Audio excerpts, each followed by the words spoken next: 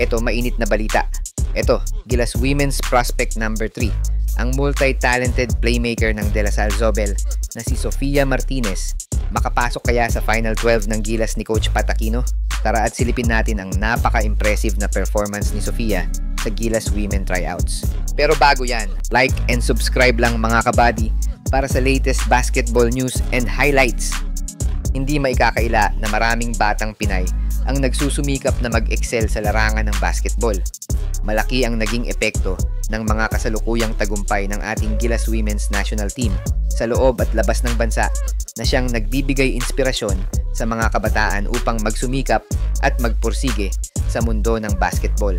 Isa nga sa mga mapalad na mapasali sa ginanap na tryout para sa Gilas Women's Under-16 ang multi-talented na bata mula Bacoor, Cavite na si Sofia Martinez.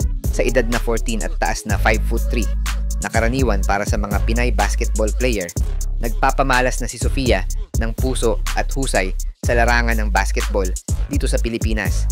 Mula sa De La Salle Zobel, si Sofia ay kasalukuyang naglalaro bilang point guard para sa kanilang Under-16 team at talagang kahanga-hanga ang kanyang skills sa loob ng court. Miyembro si Sofia ng iba't ibang ball clubs dito sa Pinas na nagpapatibay sa kanyang experience as a player at ang magkaspat sa Final 12 ng ating Gilas Under-16 Women National Team ay isang blessing para sa kanya para i-represent ang ating bansa sa gaganaping FIBA Asia Women Under-16 Championship.